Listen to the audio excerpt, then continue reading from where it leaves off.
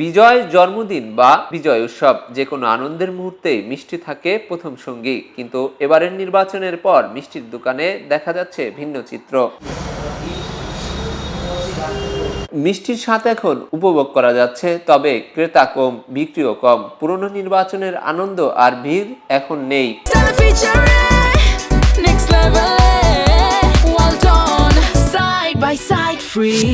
এবার মিষ্টি বেচা খুব একটা বেশি ভালো না, খুব কম বিক্রি হচ্ছে।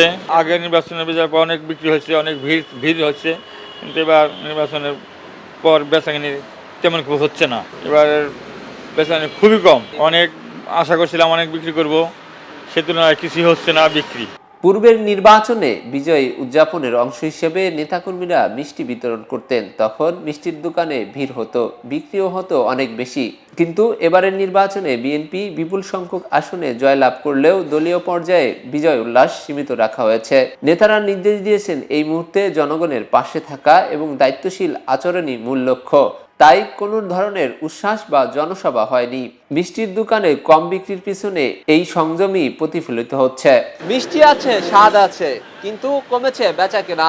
সব মিলে বলা যায় সংযমেই উদযাপন হচ্ছে নির্বাচনেও বিজয়ের আনন্দ। এস আলী দুর্জয়, খবরের কাগজ, ঢাকা। এলো খবরের কাগজ, নিখাত, নির্ভীক, নিরপেক্ষ।